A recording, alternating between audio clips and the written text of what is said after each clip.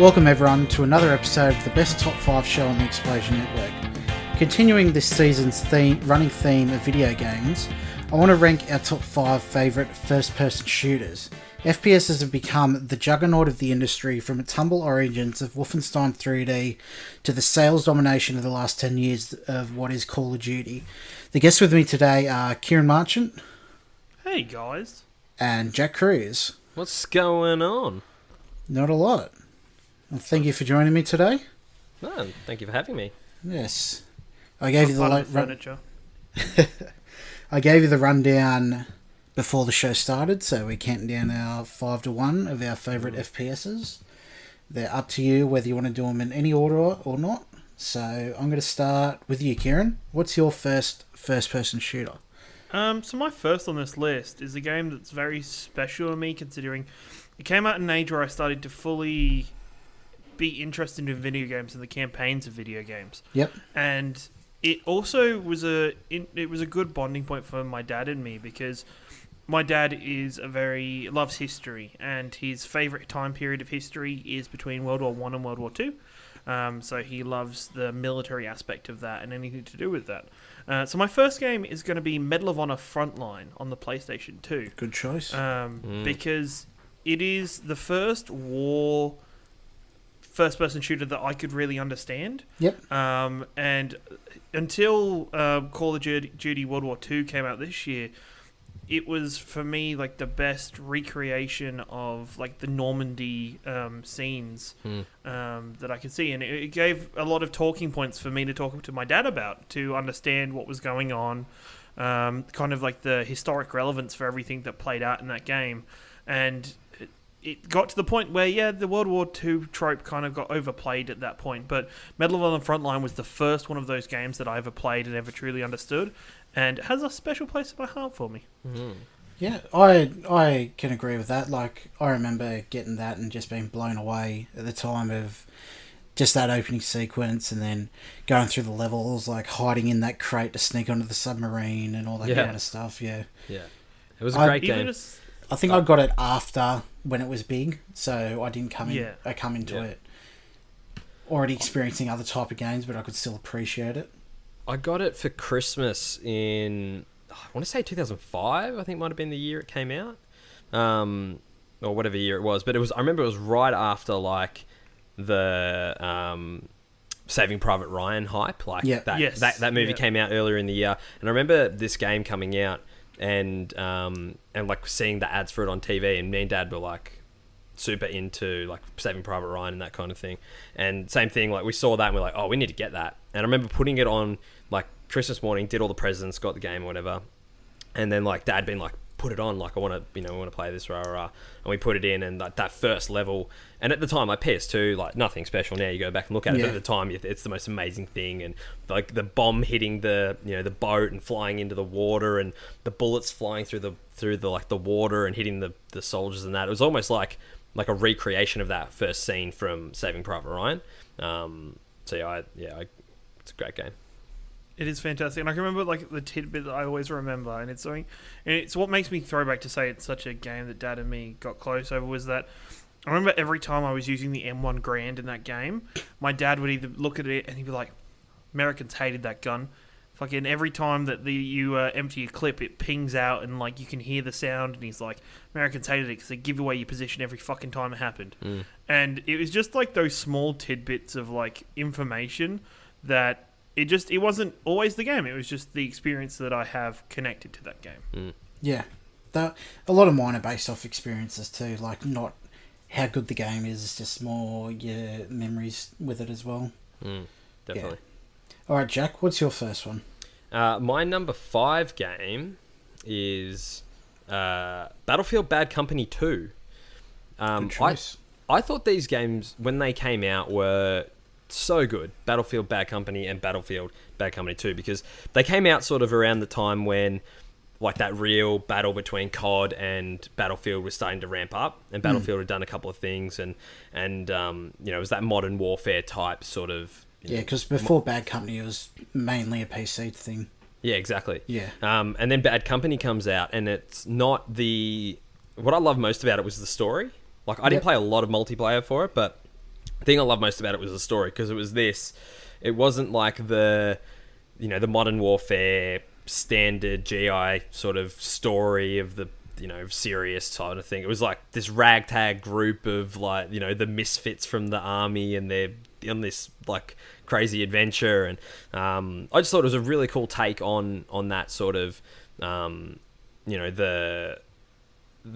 military, the army war story, and not your standard sort of GIs and grunts and sergeant, and taking it really seriously. It was funny, there was good humor, there were great characters, the writing was great, the characters were great. It was like one of the first games, I think, on PS3 that had like the destructible environments. So going through like those towns and like blowing up the buildings and stuff like that. It was fantastic. I absolutely loved it, and ended on a cliffhanger as well. Like Battlefield Company 2 ends on a cliffhanger with like the US being invaded, and and I've been waiting for them to do a sequel. I don't know why they haven't done a sequel to this game, because I believe it sold well, but they just never did it. They went back to the standard, battlefields of the PS2, PS3, PS4 era. Yeah, I played Bad Company 1's story and enjoyed that, but I never really played Bad Company 2's story. I was more heavily into the multiplayer game. But in regards to a multiplayer game, it flowed well, but it was a lot more arcadey compared to the other ones too. Like, the classes weren't really balanced. Like, the medic also had a heavy machine gun, so why would you play any other class? Yeah. But it also introduced that wonderful game mode of Rush, where the attacker has to attack two MCOMs and the defender defends it, and then once they destroy that, it progresses along the map, and it was a long sprawling map across. Yeah. But other than that, it's a good game. I enjoyed it. No doubt. The most satisfying thing about those two games was when they first came out with you can destroy pretty much anything like those. The first iteration of Frostbite environments. Yeah. Because there's nothing more satisfying and almost redeeming as a gamer to be able to drive a tank into a house and the building fall down. Yeah. Because the amount of times in games where I drive a tank into a house and the house is still standing and the tank just stops, frustrating as all shit. It's like. Or you drive it into a metal pole and the metal pole just stands there. Yeah. Sits there and you're like, fucking hell, this is the best metal pole in the history of human engineering. It's something you just take for granted these days, isn't it? Yeah. So I love those games, like especially there was almost something less serious about those games. Like I can always remember before those two games, the aspect or like the viewpoint of Battlefield was that it was a very serious and simulation game, and it was hard to get into. Yeah. And those games really threw open the doors and invited a bigger audience into them, which I think is a fantastic thing, not only for the Battlefield franchise, but for gaming as overall, because it did start off, as you said, it started off that war between Battlefield and COD. Yeah, definitely. My first one is Ghost Recon by Red Storm Entertainment, the original one. That game came out in 2001, and I got it on the PS2, and I remember putting countless hours into it. I mean, if you go back to it today, it's pretty bare bones, but like it was a first-person shooter, but you could not see. All you saw was a reticle, like you could not see the gun in your hands or anything like that. But it's a game that first got me interested in like the tactical, like it was a tactical shooter, so you was a player but you controlled three other squads, and it was all about positioning, and one shot could kill you, and it was more about the tactical side, and it first got me interested in military history, military technology, all that kind of stuff. And I remember around the time it came out, there was like an army demonstration show in town somewhere, and Dad took me in to see it, and I remember just yakking at this guy there, just some fucking poor guy, probably some private in the army, and I was just yakking at him about this game and all this stuff. And it was just being an 11-year-old kid talking to him about all this stuff, and he's like, oh, this fucking kid probably has no idea what he's talking about. That's great. But yeah, it was a good memory for me, and it's what really got me interested into stuff that I've carried on being interested in my whole life, so yeah. Did either of you play the original Ghost Recon? No. I did not. I don't think I came into Ghost Recon until it started to do like the futuristic type. Yeah, Advanced Warfare, shooters. stuff like that. Yeah, still it started doing those ones. Advanced Warfighter was the first Ghost Recon that I played. Yeah. I think back on PS3, like early PS3, that one came out. or maybe it was Advanced Warfighter 2. Yeah, 'Cause, Graw and Graw 2, and then there was another one after that. Yeah. And then there hasn't it would been have been any number since. 2. Yeah. Yeah, it would have been number 2. All right, what's your next one, Kieran? My next one. So when I originally wrote this list, 3 games instantly made it on the list. And the first one of those 3 games is a game that's very interesting. I don't think you could meet a gamer, well, maybe today because of the generation gap that started, but I don't think you can make a gamer that doesn't have some kind of recollection of this game, even if it's like seeing it at a friend's house. But James Bond Goldeneye for the Nintendo 64, for me was, even though if you go back and play it, it's like the jankiest controls. Its aiming system was terrible. I don't understand how anybody shot anybody in that game. No, you just played as Oddjob and karate chop their kneecaps. It's what the thing, and there was always the household rule of nobody was allowed to play Oddjob because I was always the guy that played Oddjob. But it's interesting for me because it was a great single player game except for the escort missions. I can't remember what the Russian girl's name is, but she was horrible. Natalia. Yeah, that's it. Natalia, that's it. She was so frustrating. But it started what I think is James Bond had some pretty good games come out. After that, like there was Nightfire and Agent I remember Underfire, playing some good ones on PS2, and I really enjoyed those ones. But for me, it's almost like the multiplayer of that game brings people together, and it shows some signs of things that come in the future that create some of my favorite shooters of today. So that whole character selection of that game is very interesting, especially with Oddjob being a different size, and the different character skins. Most of them are just skins, but everybody had their favorite. The big head. Everybody had DK mode. Yeah, everybody had their favorite, and you put all the modes, and it was the first memory I have of like split screen competitive play in a game. I used to love fucking around in there was like some sort of underground facility type thing that with all caves and stuff, and just putting proximity mines everywhere. Yeah, the proximity mines. And you could change the different game modes. So you had to be like mines only or slappers only or far out. That was an awesome game. I spent many hours with GoldenEye. Yeah.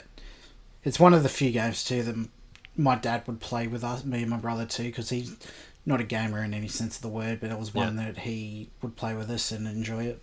Yeah, no doubt. I think once it got past the Nintendo 64 era, it just got too much for him. Yeah, a bit too complicated or too full on. Yeah, I understand that. Alright, what's your next one, Jack? Next, number 4 on my list is Wolfenstein the New Order. So, I'd never really been into Wolfenstein as it existed, sort of. I never played Wolfenstein 3D. I never played any like the PS2 games or the PS3. I think there was like a couple of early PS3 games. I was aware of Wolfenstein, and I was always intrigued by that sort of alternate history with the Nazis having won and all that stuff. I always found it really interesting, but I never like deep dived into it. I had never played a game. And the New Order was a game that it was my first PS4 game. So like I bought it when I bought my PS4, and it like sat there while I was moving houses before I even plugged it in. It was the first game I played on my PS4, and just straight away, like I just fell in love with it. So the way that they were able to turn a character like BJ Blazkowicz into a character you actually cared about, not because I went back then and like looked into like the series, and he's just been like the mindless, nameless, voiceless Jughead for he's basically his entirety, and what they were able to do with an amazing premise of like the Nazis winning and using, and because we all know like the history of like Hitler and all that was really into the occult and that kind of stuff and technology and those sorts of things, and them actually being able to use those things and use the technology and win the war, and this awesome story of him being, it's half like not believe, sort of being in stasis or in a coma or whatever he's in for as a vegetable for like 10 years, and then he comes out of it, and all of a sudden he's like this killing machine who can walk again. And, it really caught me off guard. And not just the story and the gameplay and the setting, but not just the story and the characters and the setting, but the gameplay as well is really awesome. So the stealth is really fun. dual wielding assault rifles and shotguns and killing Nazis, like just brutalizing Nazis, is almost the most fun you can have in a video game, I think. So yeah, I'm a big fan of the Wolfenstein series now, and specifically of that game. That's my favorite in the series. Do you ever think you'll go back and play any of the older ones, or make an effort to?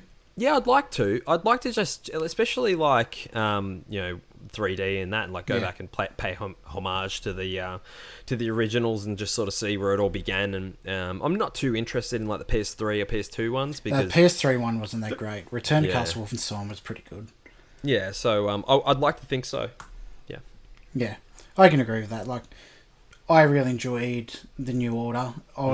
The newer one, not as much as that, but yeah, there was just so many memorable moments in that, and every time I think of that game, the London Monitor is always in my head. Yeah. And that bridge with the big cable ball thing, how it shoots out all the cables and it spins and destroys the bridge and that. Crazy. It was a great game. Yeah. And tied into that thing, like the alternate history, kind of like, what is it? The Man from the High Castle type of stuff. Yeah. Yeah, The Man in the High Castle, yeah. Yeah, definitely. I'm excited for... I'm excited that this series has found new life, and that that obviously Machine Games has done an awesome job with it, and hopefully they continue to iterate on it and build on it. And I really liked the second one, but I just felt like there was something amiss there. Yeah. But I love the New Order, absolutely. For me, the Wolfenstein New Order was like a first-person stabber rather than a first-person shooter, because I went through so much of that game with just the knives, because that's the type of player I am. Is I just like using knives in those types of games, but. The sad thing about the New Order is how many people have like played maybe the first like half an hour of that game and stopped, because that prologue. I've never ever understood this argument. Really? Because I hated this prologue. But like stopped. I don't know. Like I stopped for me, and I don't know why it is. I stopped when I originally played that game. I stopped before you even got to the castle. Like before you even got like. And I don't know if it's just... Yeah, like, because I did all that stuff, and it just, for me, it felt like it was dragging, and then I put it down, and I got distracted by something else, and I didn't go back till last year, where I kind of pushed through, and I think that prologue is a little slow, in my opinion, really? But... I've never understood this, because you're in the plane, like, you're shooting down the... And I remember when this game first came out, and Colin Moriarty said the exact same thing. He's like, that first bit is just terrible. I'm like, I don't understand. It's like, you shoot the plane, or you're in the plane, you got to go back and forth and fix some stuff. It's sort of like the tutorial. Yeah. Then you're in the cockpit, you're shooting down the other fighters, and then the plane crashes, and you've got to, like, swim for, like, 2 seconds, and you've got to run through a trench, past, like, a big dog, and then basically you're there and you get guns, and, like, it's like 5 minutes. I don't understand. For me, though, that game, what drove me for the rest of that game, and what I loved about the rest of that game so much, were the characters, and I feel like I was missing that character in the start portion of that game. Like, other than having Fergus around every now and then, I felt like that part of the game was very empty of that character that I grew to love throughout the rest of the game. You know, as soon as you got past the actual what I think should the prologue section, and you got to the time skip. After the time skip, that game's amazing in my opinion. Like, the storytelling is something to be studied and worked on for games in the future. But yeah, I just find, in my opinion, like, that prologue drags on for so long. Alright, my next one is Call of Duty 4 Modern Warfare. You do this to me every time. Put them earlier on your list. This game, like, I loved the previous Call of Duty games in World War II, but this game first showed you what a shooter could be that wasn't World War II, what a mainstream shooter could be, and just so many memorable moments in the campaign, like the level where the first level where you soap and you go in on the chopper and assault the ship, and then it goes down and you escape that, and then like the interactive cutscene where you're playing the Middle Eastern president or whatever, and you get dragged through the streets in the car and get executed. Spoilers, and like the US soldiers coming in assaulting Middle East, and then they're getting out because the bomb goes off and there's a nuclear explosion and you die. Like, how often does that happen in a single-player campaign? That was so crazy. And the no Russian Yeah. Oh my god. Oh no Russian was Modern Warfare 2. The sniper level. Where the sniper one where you go through Chernobyl. Oh And yeah. God, so good. The tension in that moment in that game was like palpable. Not only that, it also elevated the deathmatch shooter as well in multiplayer. Like, it added the perks of different weapons, the progression and stuff. And it was before the later Call of Duties 2 where the perks and upgrades and attachments and that got stupid crazy. It was simple enough, like, it gave you that extra bit to work for, and it didn't throw out the balance completely either.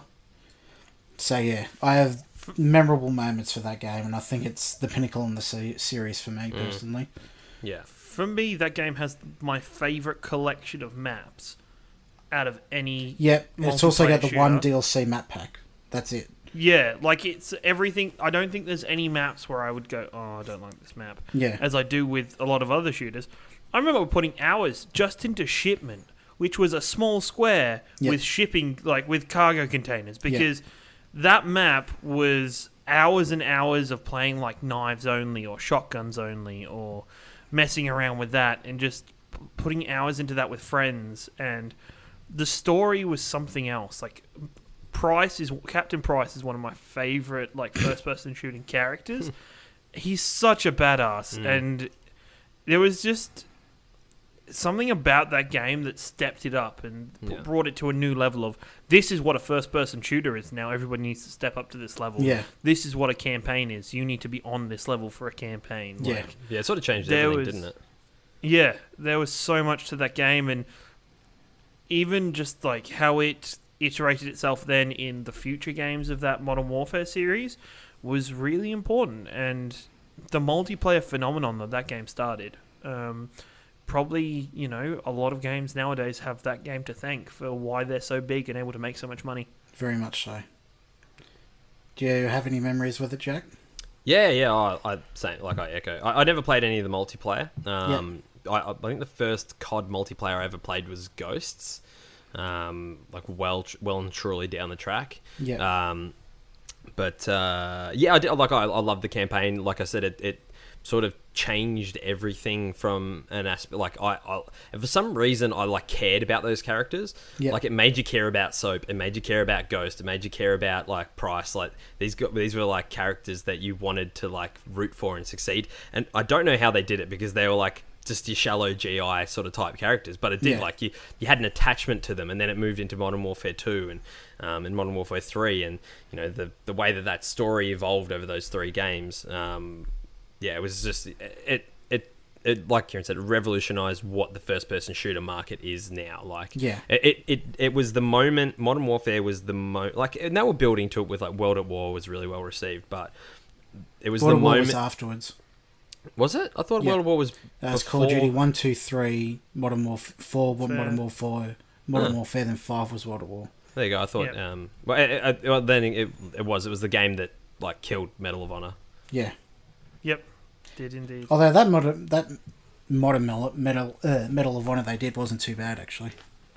The Warfighter one? No, Warfighter was the one after that. I heard Warfighter. I never played Warfighter. Thought it was terrible. I really liked that Medal of Honor, that first modern one that they did. Yeah, so did People I. said that they hated it, but I thought it was good. The story was There's cool. one particular mission there that I loved, was where you're holding off, like, you're in this little hut and you're holding off just an onslaught. Oh, like the Taliban just coming at you. Yeah. It reminded me of like years later when I saw Lone Survivor. Yeah. Kind of reminded me of that game. Yeah. Thrown in a that movie. situation. Yeah. All right, what's your next one, Kieran? Because Nick has once again stolen something off my list, this week I prepared extras, just in case. So I'm going to add into this one the phenomenon that is Half-Life. That game, I loved Half-Life. That game I remember playing through on PC. It's probably the first original PC one? game I ever played. Pardon? Which one are you in The particular? first Half-Life. Yeah, the okay, first yeah. Half-Life for me.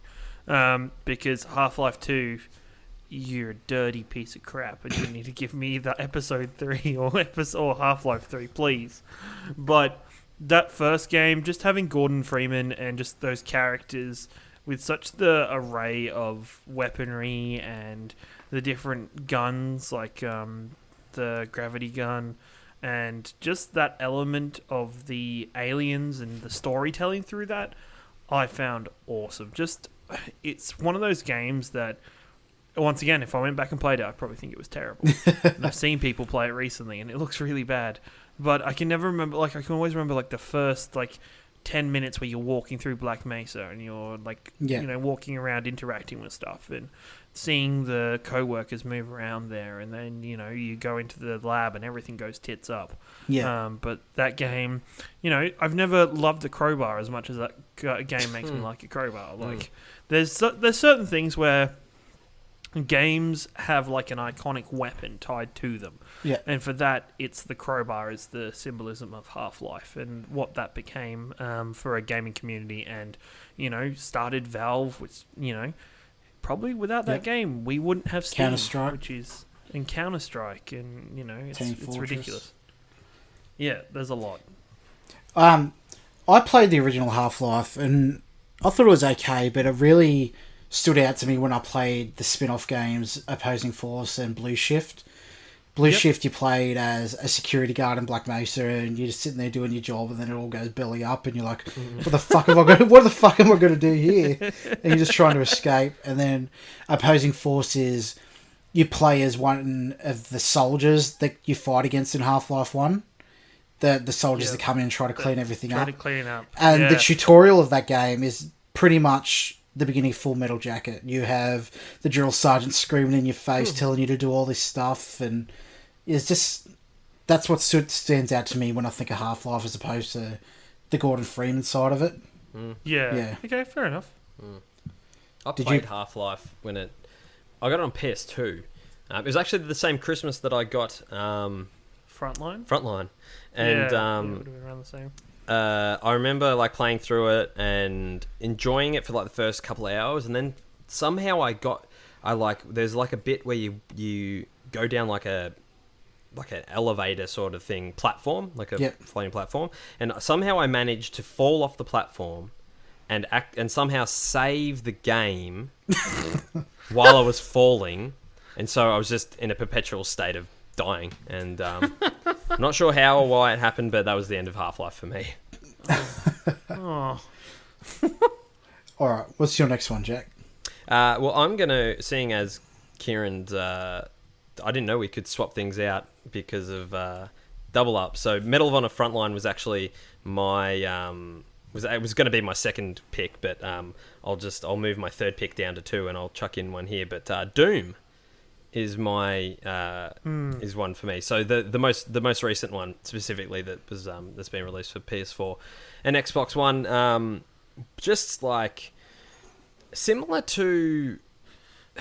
but not similar to what they did with with Wolfenstein, with rebooting Wolfenstein. They've sort of done the same thing with Doom, but they've almost double down on what Doom is, and there is a story there with Doom, and this mystic, like the Doomslayer or whatever, and there is like this story there that's like you've got to dig deep for it, and you've got to listen to all the audio files and that kind of thing, and but that, like, they went full like Doom with that game, like that from the very moment you like get up, you get into the elevator, you get the shotgun, and it's just like the heavy metal music kicks in, it's like dun dun dun dun dun dun, dun, and it's just like from go to woe, it is just this crazy blow shit up, fast-paced battles, dual wielding, fucking bombs and grenades and shotguns, and just amazing, just a blast. Like and just like the way when I think about that game, I just think, fuck, that was so much fun. Because it was just fun, like from the very beginning to the end. It did not stop. There was no lulls. It went at that pace the entire time, and it was challenging enough where you would get into like massive battles in these rooms, and they were very much like, it was like an arena shooter. It reminded me a little bit of like Unreal Tournament from back in the day. It was just like you'd get to a point, you'd get into a room, and it'd be like, you know, you've got your guns and your couple of power ups, and it's just like bounce around, double jump around, and just that fast-paced movement, and the music kicks in, and like that, you know, you get into this room and the heavy metal music kicks in, and it's just like fucking boom, and love it. I really didn't like it, to be honest. What? Yeah, it just was not my jam at all. Like, I loved Doom 1 and 2. Doom 3 I played a little bit of, but I wasn't huge on. But I think my taste outgrew that type of game. Oh, wow. I just couldn't jive with it. That's myself. crazy to me. Yeah. For me, it was like a real like palate cleanser. Like it just came at a time where I'd played. I can't remember what I'd been playing. I think I played through like an RPG or something like that. I'd come off something like that. I'll have a look through my trophies and I'll tell you exactly like what I'd been playing at that time. But it was just like I just needed something like that. Yeah. So I just played like Alien Nation and Gone Home and a heap of little games and like Lords of the Fallen I was playing for some reason, and then it was like Doom, and I was just like, fuck, like I didn't know how much I needed a game like this. It was just dumb fun. Yeah. Do you have any experience with it, Kieran? It's in my backlog. It is in my backlog and I've not touched it. But what the experience I do have is when I was sitting at home and watching Dad play it, because it is very much like my dad's perfect game. Yeah. Because we love Doom. Both of us loved the original Doom. But my dad gets really frustrated watching me play games because if there's ever a non-lethal option, I'll always do it. I'll always take it. Like I'll do the non-lethal. I'll be stealthy. And Dad always watches me play and he goes, just get a gun. Shoot that guy. Blow his head off. Shoot that guy. You know, this is what you're playing a game for. Just shoot. I'm like, you no, said Dad. He's not Dylan. But like he's literally like in Doom is just him and going nuts with guns. Yeah. And, you know, getting guns like the BFG and stuff, which is like one of my dad's favorite guns of all time in video games. Yeah. It's just crazy hectic hell, and I do want to go back to it at some point. I may even, just when you mentioned it, I'm like, hey, I could, you know, that's something interesting to stream that I could have fun with. Yeah. That, you know, it's one of those games that I think everybody will get around to playing it. You might not like it, but I think it seems to have that palate cleansing quality that we don't get that kind of game anymore. We don't get games that often, which is just mindless violence, just mindless running and gunning and being a total badass. Yeah, like it's not ashamed of what it is, that's for sure. Yeah, exactly. And you know, there's in video games like Doom guy is like one of the top 5 badasses of all time. Like the shit that guy's been through. Space Marine. So like, I bought it just for Stacey because she loves playing the Doom games for some reason. Yeah. Just plays 1, 2, 3, and I bought 3 on the PS3 for her because it become with 1, 2, and then this one on the Switch. She just loves just going around shooting shit. But it's not too, I don't know, I'm saying she can't handle complex games, but it's a lot more simple than other type of games, if you get what I'm trying to say. Like, there's not much depth to it. Yeah. Fair enough. Alright, it's round to me, isn't it? It is. My next one is called Red Orchestra Ostfront 41 to 45. It was made by... The fuck did you just say to me? Made by Tripwire Games. It started life as an Unreal Tournament 2003 mod. Can you repeat the title of that game, please? how Russian is that game? Red Orchestra Ostfront 41 to 45.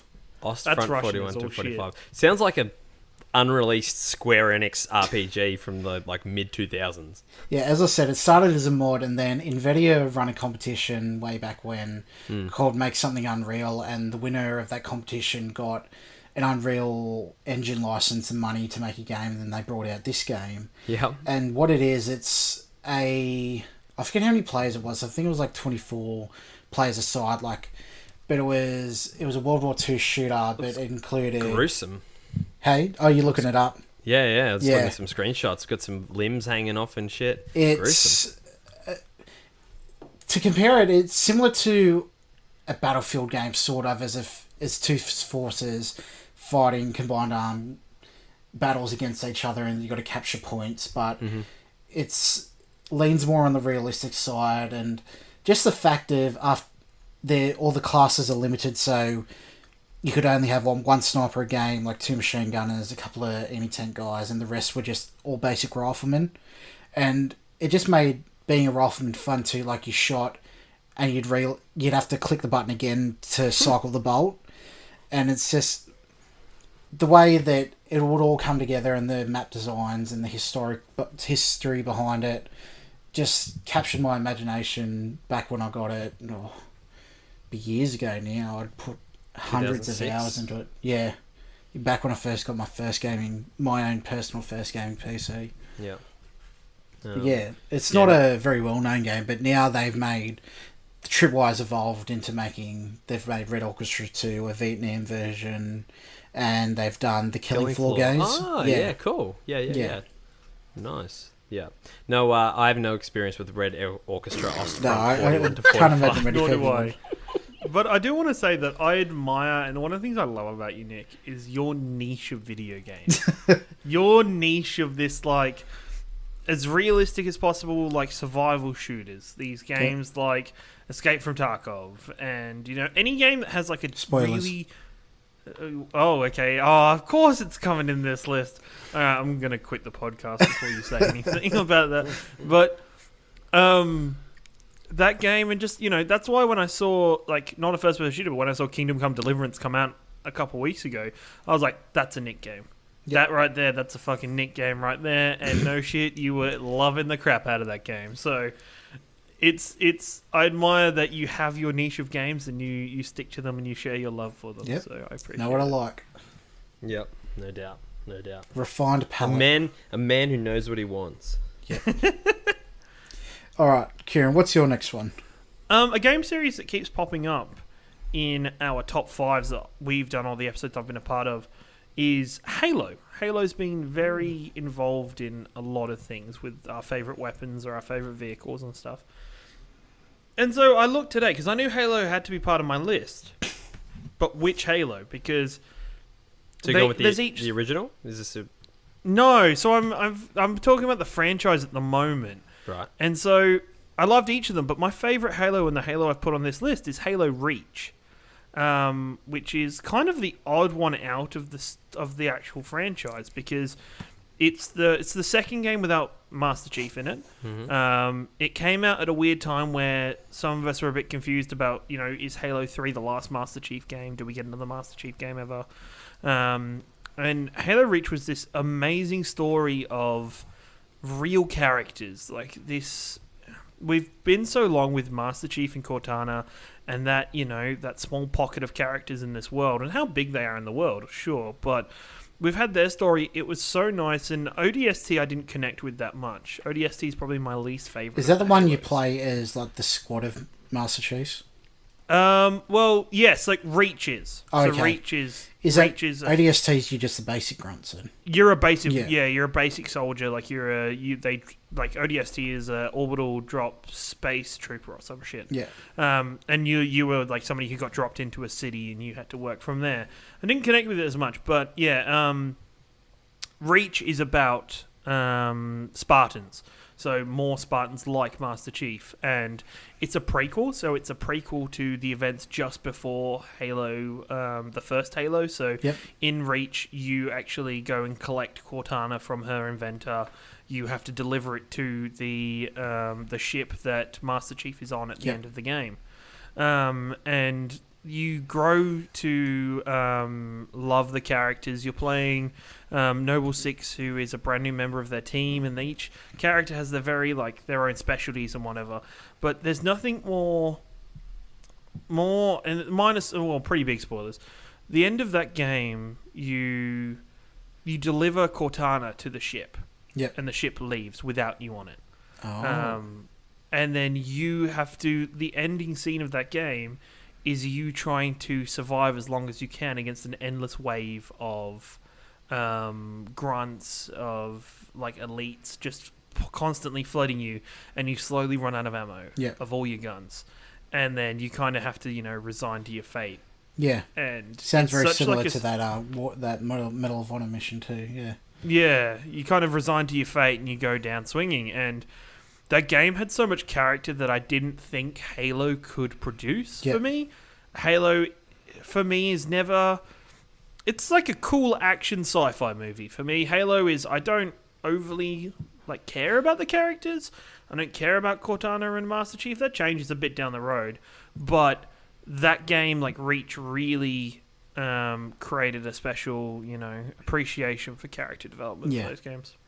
I can't comment to that, but I enjoyed my time with playing Halo 1 and 2 at my friend's place. But I can understand how Halo is so what's the word? Revered? Yeah, or, revered. Yeah, like, I can understand. it's got a special that. place, especially. It's very hard to make a game of that caliber. Like by all reports, like the later ones in the series aren't as well received. Halo 4 is pretty well received. Halo 5 was not. Cool. Yeah. Well, its storyline was just annoying. Yeah. That's the one where you play from two viewpoints, isn't it? Yeah. Isn't that the one where they're like... I've never played a Halo game, but it was like all the stuff that was happening in the trailers was just not in the game. Correct. Yeah. Like the storyline that they built for the trailers was not the storyline of the game whatsoever. Yeah. False advertising. So it's just one of those things where it's like, oh, okay, and it kind of left a bitter taste in everybody's mouth. But the original, 5 Halos is like the not in number order, but the original 5 in release. Yep. All have pretty special places in everybody's heart who are Microsoft fans. What's your next one, Jack? My next one, so what was originally 3, but Medal of Honor Frontline was 2, so it was now my number 2, is Bioshock, the original Bioshock. Yep. A game I got to really late. Like, I want to say towards the end of like the PS3 life cycle late. And obviously it was originally an Xbox 360 exclusive and then came to PlayStation like a year or so later and all of that. But just a game that I had...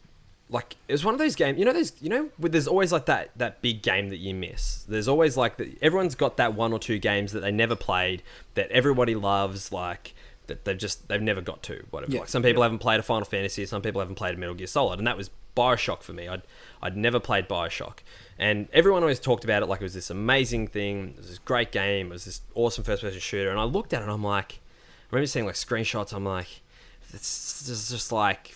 weird fucking big dudes and like I'm like okay that's sure whatever and anyway so I jumped in and was just absolutely in love from like the moment you like you're in the plane and then you're in like the water and then you're in Rapture and that whole world and the storytelling, the way that they like just the storytelling of how that world collapsed on itself and the characters and that twist at the end and the would you kindly, just the whole package of Bioshock and even like the game itself like has an interesting control scheme. Yeah.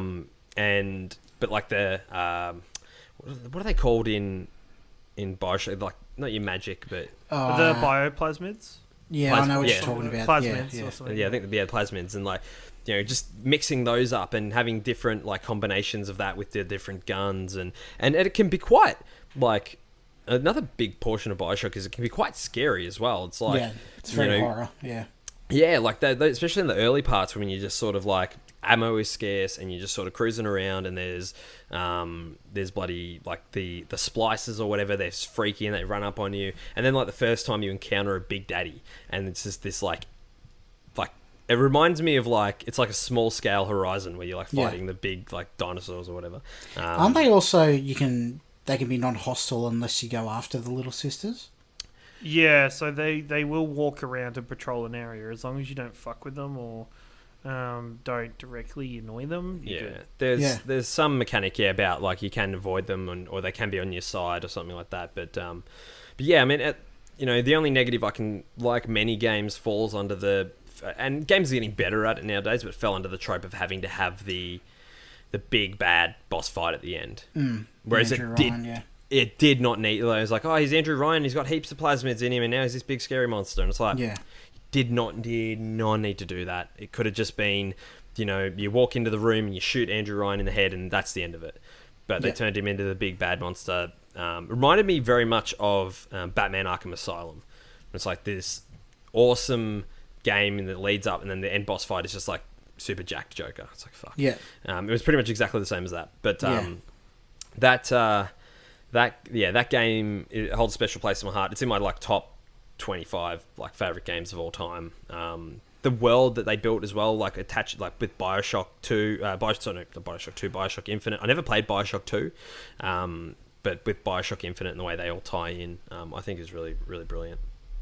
Bioshock 2 is actually surprisingly good. I've heard that it's... I've heard the story of that game is a lot better than what people give it credit for. Yeah. For me, Bioshock falls into the same category as Fight Club for me, where the twist in that game made me want to replay that game. Oh, yeah. Right. So you can like pay attention to all the stuff as you like. I thought you were going to talk about it. Is this what you're talking about? Yeah, no, you don't talk about Well Bioshock. played. No, it's, as soon as Fight Club, as soon as I saw, the twist at the end of Fight Club, I was into I want to rewatch so I can, watch this with the knowledge of one of the characters isn't real. And so you replay Bioshock with the knowledge of, you're mind controlled. And oh my god, it's just like eyes open. You're just like, holy fuck, how did I not notice any of this shit? And the whole would you kindly thing. I've always wanted how to did I not notice this? Like, I just thought it was game design. This is ridiculous. Yeah. Fucking hell. The best thing about that too is picking up the audio logs and not having to stand there to listen to them. Oh my god, yes, more games need to do that. Just let me continue my adventure while audio logs are playing, please. Yeah. And they were great. Like the fall of that city and this this utopia that was meant to be Rapture, and it sort of just falls apart. And finding that through the meta story in the audio logs was it was really good. It's a very special game, and I hope that someday that franchise can be revived and we can get a continuation of it. Definitely not I don't think it needs to be rebooted. I just think just continue on that with the way that they all tie in and that kind of thing. I think it'd be interesting because Bioshock was a spiritual successor to System Shock. Yeah. I'd like to see another spiritual successor in a completely different setting. Like our System Shock was space and like on a space station. This is underwater. Well, they did that with Infinite. Like Infinite's in Columbia in the sky or whatever. It was. Yeah. So like I'd like maybe I don't know what you could do. Maybe something in the desert or the outback or who knows, like something like that. But yeah, I'd love for that franchise to continue on. All right, my next one is Stalker: Shadow of Chernobyl. When this game No, I know this one, it's fine, I'm good. it's made by GSC Game World. This game captured my imagination. Like I use that a lot, but I go through this is where I first become incredibly interested in old Soviet architecture, their history and all that. And the story of it is you're a guy that wakes up with amnesiac and you've got someone says you got to go kill this guy, and then it just goes on. It's set in the Chernobyl exclusion zone where in the history of this world what's happened, like the aftermath and that of the Chernobyl meltdown, is started creating mutants and things with psychic powers and crazies and artifacts, and all these different factions are going in there. Like there's scientists want to study it, there's people that want to exploit it and sell stuff off, there's the military trying to stop anyone doing anything, and just navigating that desolate world, exploring like Pripyat, all the old military installations, and finding off all these different mutants and scavenging weapons and ammo and stuff, and being all like scarce, and good ammo was hard to come by. Like you'd have this shitty ammo and all that. It's just this game. Like I spent hours and hours and hours in it just exploring. It's the desolate world, the atmosphere of it just was phenomenal. It's just something I hadn't experienced before in a game. I remember that. These guys did Cossacks. I used to love Cossacks. I did. I remember that box cover with the yellow face on it. Yeah, I do remember that game. Yeah, never played it, but I do remember it. Yeah. Did you play it at all, Kieran? I played bits of it. Wasn't this one of the games that got robbed of a sequel? No, it got two sequels. Yeah, it got two sequels. I always, for some reason, in my brain, Prey and this game get very mixed up, and they're very different games. But I remember seeing bits. I can't remember now that I think of it, I can't remember if I have played it. I've just seen a lot of it, and I'm interested in that game, those types of games where they pick a very non-explored piece of history or environment for you to explore, because it's it brings in more information and it inspires people like yourself to look into a new topic and look into Chernobyl itself. Chernobyl is something that I don't think enough people nowadays really think about or look back on. That I think is fascinating, especially the Soviet Union. Like that whole era is such an interesting thing to look back on. So I remember, like, even just to like detail, like Animal Farm is like my first like recollection of being like with Russia and stuff, in Yeah. the Soviet Union and stuff like that. And that is, it's an interesting, and it's interesting thoughts, and I like it when games do something that is different to the way everything else is. So It's like nowadays, like Russia has this. Like, I'm not saying anything they do is above board or not evil, but like they have such a deep history that you can go back and learn stuff from, and like it hasn't always been like that. They're just like us, people in the country just trying to get along, live their lives, and like just going back and learning about that stuff back from like the White Russia with the Tsars, and then overthrown in the World War I, the Bolshevik Revolution, and then all through the Soviet Union era, the fall of the Berlin Wall and all that. It's just like I understand history is a topic not everyone's interested in, but it is a period of history, like a whole era of history that people just overlook, I find. Yeah. Yeah. Alright, Kieran, what's your next one? Last one. my last one, and if you've been keeping an eye on our Twitch, or if you've seen me and I talk about it every now and then, will be one particular game. No it'll hero be shooters. Blizzard's Overwatch. Because that game I have taken up. Like, I started playing that game again in December. I originally played it when it first came out, took time off to do play other games that I was interested in, and then came back to it. And I probably put a good 10 to 20 hours into it every week now. And it's just one of those games that the base game itself, fantastic. Like, the gameplay, I love. The range of characters that's always growing and changing, I love. But on top of that, the story and the lore involved in that game, and like the backstories of all the characters, and just the effort that Blizzard goes through to build out those characters is just fantastic. The little like CGI movies they do they released 3 before the game came out, and that's what hyped me about the game, was these CGI movies that were about like building characters. And even though the game itself makes no sense, because you're like, no matter what the history of this game is, like, you can play any combination of characters, and it's very much like a MOBA in that fashion. And that's the thing. I think it's the reason I love it so much is because of my love of MOBAs, and that this one is so easy to consume, and it's so interesting, especially like.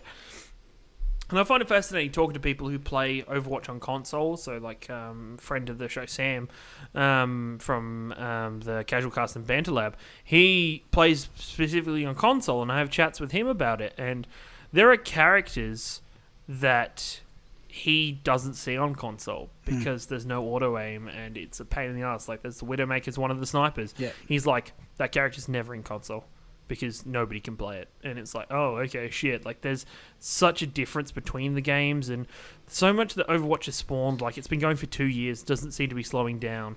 It won so many awards in the first year it was out, and it pissed people off because it kept winning Game of the Year. And it's not like they're still adding characters. Like, we're waiting for the character to come out in the next month.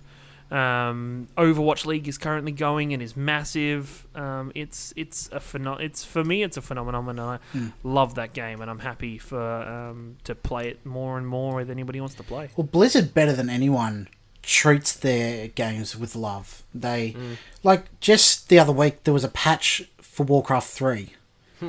Fucking a game that's over a decade old, and they're still patching it and fine-tuning it, and just the way they treat it with love, and even the cinematics they create for their games are just works of art.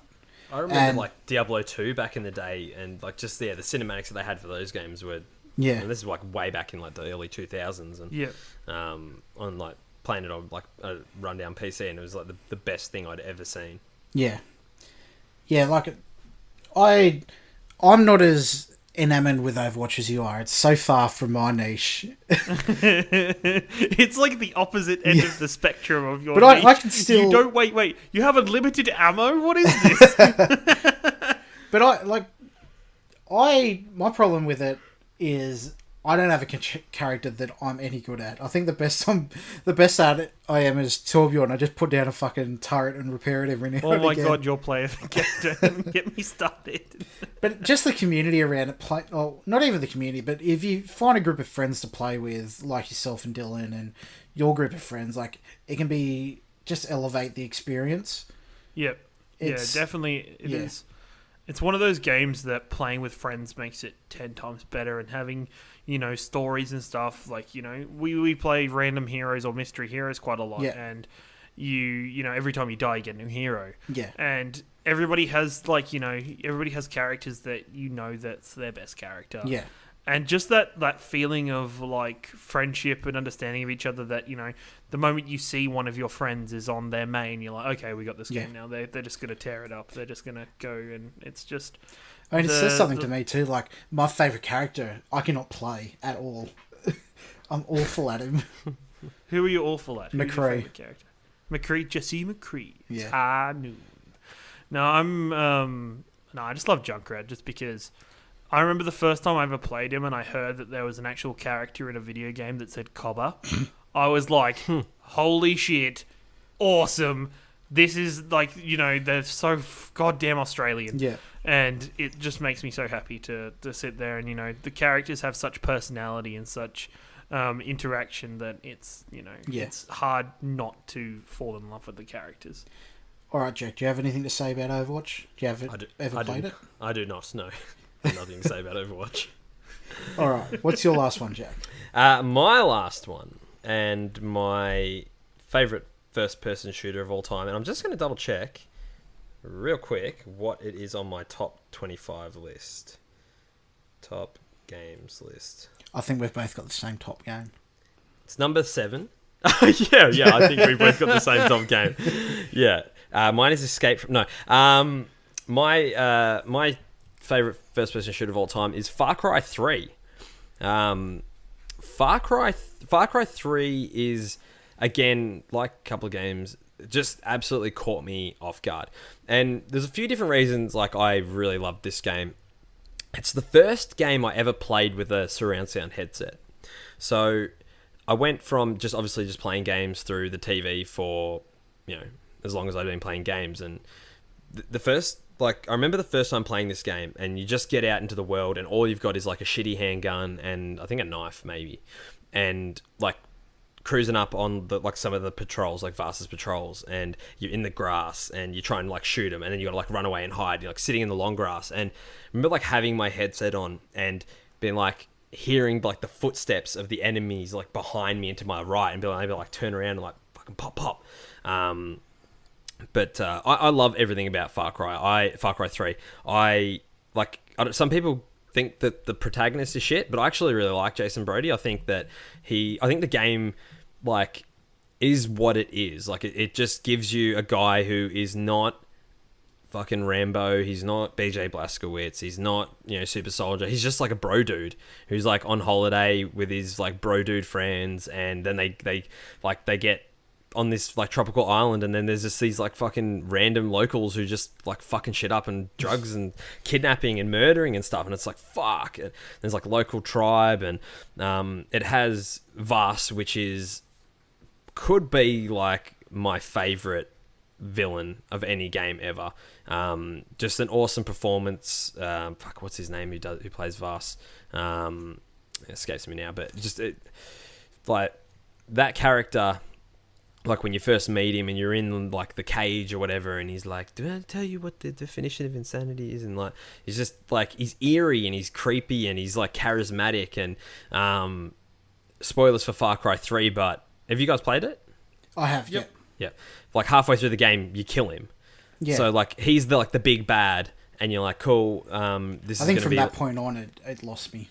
Really? See, yeah, I was not a big fan of that game after he died. See, I was so disappointed. I was like, fuck. I was hoping for him to somehow miraculously come back towards the end of the game. But I still like, Hoyt becomes the villain for the rest of the game, and there's just so many, like, Far Cry 3 was a game of moments for me. It was a game of, like, running up on a on a outpost and throwing a rock, and then like or sniping from like 50 meters away, or like getting a tiger in there and just trashing the joint and fucking setting shit on fire, and bow and arrow and like all the different guns. And it was just like I just had the most fun I've had in a game. Like it was one of the most fun I've ever had playing a game, and from start to finish it's a blast. Like all the side characters are awesome. Like I love the CIA character who's in like every Far Cry game. He just sort of shows up and he's there, and he's in Far Cry 4, and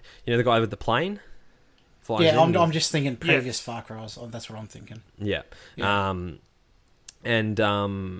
You know, like there's some really cool missions as well. Like there's the blowing up of like the burning down of the weed, like the marijuana plantation, and there's like there's some awesome bits. So I loved it. I loved from the moment I was like shattered when I finished with the game. I was like, I just wanted more and more and more of it.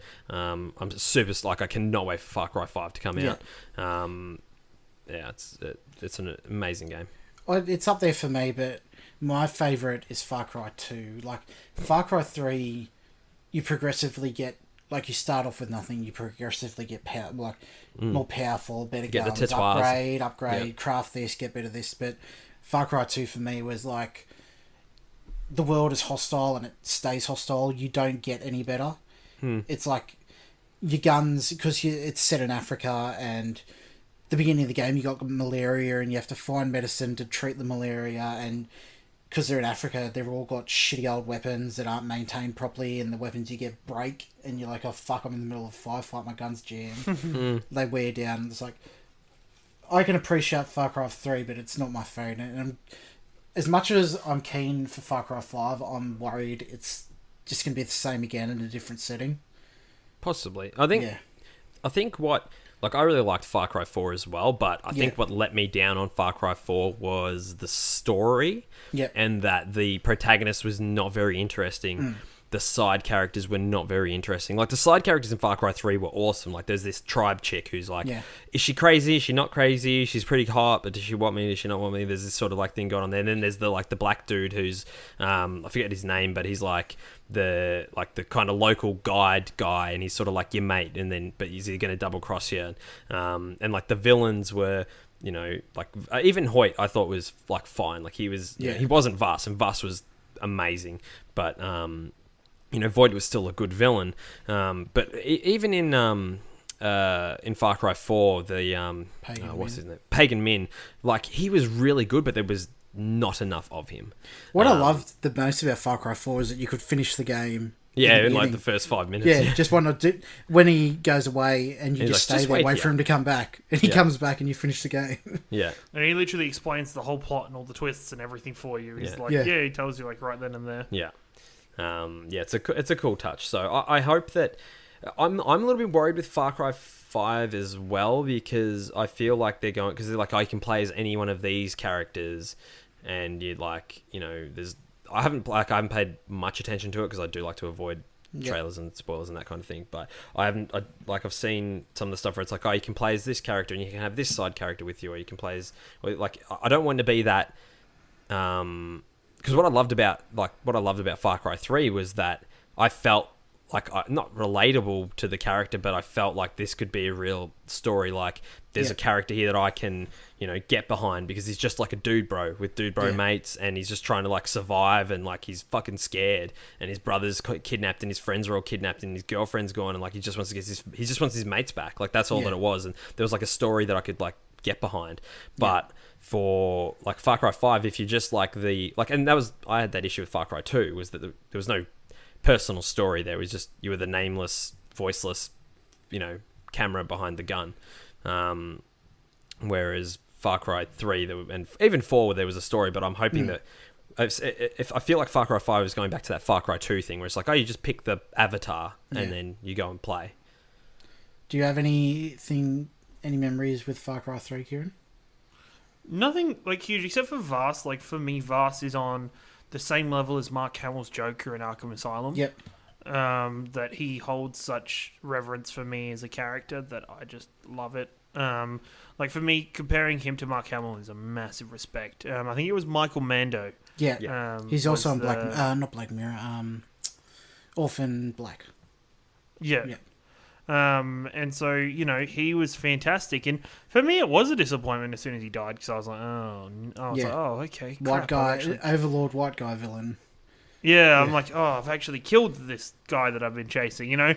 It's a bit like that Batman-Joker relationship that, like, you kind of exist because of him, and then you lose him, and you're like, okay. But, no, other than that, like, I love Far Cry. My problem is, for me, Far Cry gameplay kind of just blends all together in my memory. I can't really, like... they're great games, and I always love my time with them, but they're not games that I look back on and can remember specific things. Yeah. For me. That's fair. Alright, before we go on to the last one, tweet us, ask us what we think about Far Cry 5, because by the time you hear this, it'll already be out. And tell us what you think of Far Cry 5. And that's the end of the show. We don't need to hear Nick's last one. Okay. My last one is... The suspense is killing me. Escape from Tarkov. Oh! By Battlestate Games. No way. It is. No, I don't believe that. You're right. I'm joking. It's Time Splitters. Time Splitters. Time Splitters? Jet Force Gemini.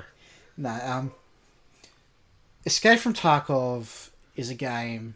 It's about the moments more than the game itself. Like, the firefights you can get into that game is so tense and adrenaline building, and after you're done, you are still shaking for moments afterwards, because it's hard to explain without anyone playing it, and it's a very niche game to try and get anyone to play. Like, it's so hardcore. Like, you have to reload your magazines. There's medical system where each limbs can get broken, damaged, blacked out. You have to take painkillers, hydration in the middle of a fight, and everything you can take into a game you can lose forever if you die and somebody else takes it.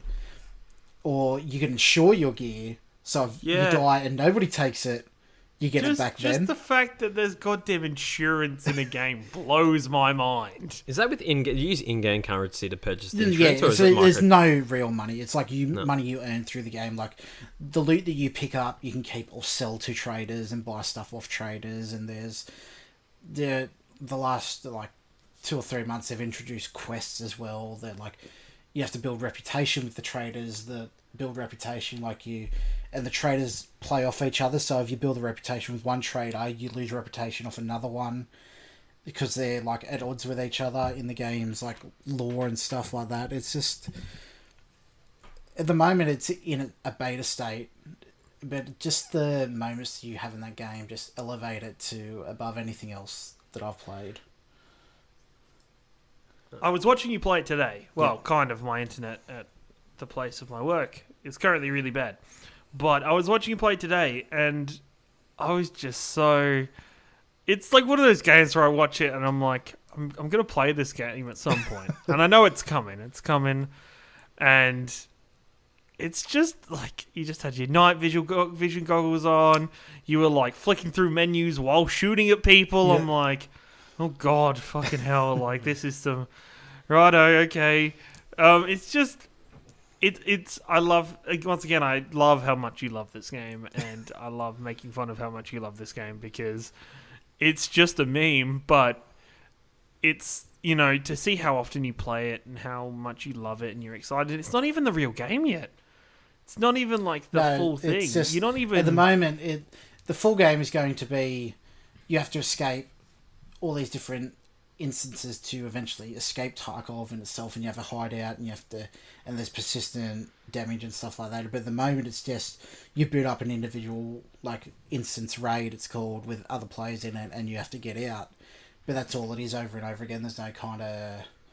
There's, like, over persistences of, like, your kit, but other than that, there's no persistence either. It's just testing it, like, getting the mechanics down right, and they constantly releasing new stuff to test that out before it goes into full 1.0.